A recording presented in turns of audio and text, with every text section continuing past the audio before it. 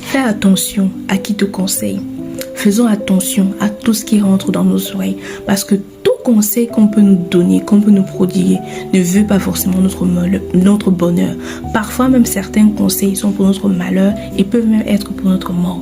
Je ne sais pas si vous vous souvenez de l'histoire dans la Bible de Amnon qui était un des fils du roi David. Ce dernier était tellement amoureux de sa demi-sœur Tamar que ça le rendait même malade. Et un jour, il en parle à son cousin Jonadab. Et son cousin Jonadab lui dit, au lieu de le conduire sur le bon chemin, lui disant non mais cousin, pourquoi est-ce que tu as ce genre de pensée? Il faut plutôt chercher à, je sais pas, te comporter d'une autre manière. Bref, à lui dire autre chose. Celui-ci lui donne plutôt, lui dit de mettre en place un stratagème pour piéger leur demi-sœur, la demi-sœur d'Amnon, Tamar, pour qu'il se retrouve seul à seul avec elle. Ce que Amnon fait bien évidemment. Et malheureusement, ce qui est arrivé est arrivé. Il a fait violence à sa demi-sœur Tamar, qui s'est retrouvée complètement désolée. Et comme on peut imaginer comment les choses pourraient se passer à l'époque dans le pays d'Israël.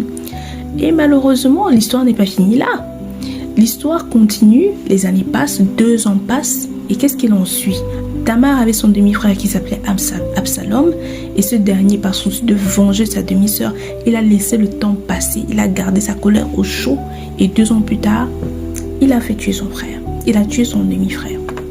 Donc, qu'est-ce qui en découle? Le mauvais conseil qu'il avait été donné, c'est vrai que Amnon avait déjà ses mauvaises pensées à lui, mais en plus de ça, il a été poussé, encouragé avec ce mauvais conseil-là. Ça entraînait quoi à la fin? Sa mort. Qui a perdu? À la fin, c'est vrai que Tamar a perdu. Tamar, vraiment, j'ai toujours été désolée par cette histoire, mais qui a perdu sa vie là-dedans? Eh bien, c'est Amnon. Donc, ça prouve vraiment qu'on doit faire très attention à ce qu'on écoute, à ce qu'on entend, et demander toujours à Dieu le discernement, la sagesse divine. Je ne sais pas ce que vous en pensez. Dites-moi dans les commentaires. Peace.